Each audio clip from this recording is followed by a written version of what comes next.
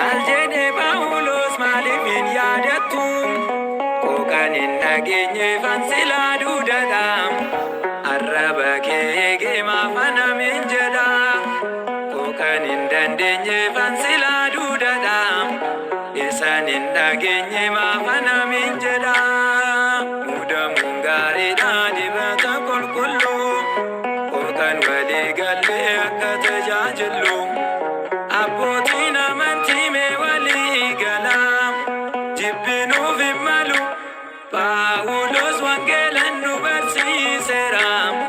Namna vandandawun ya tajajilu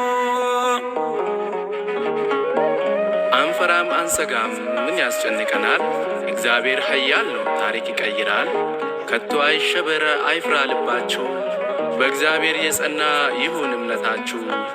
በእግዚአብሔር የጸና ይሁን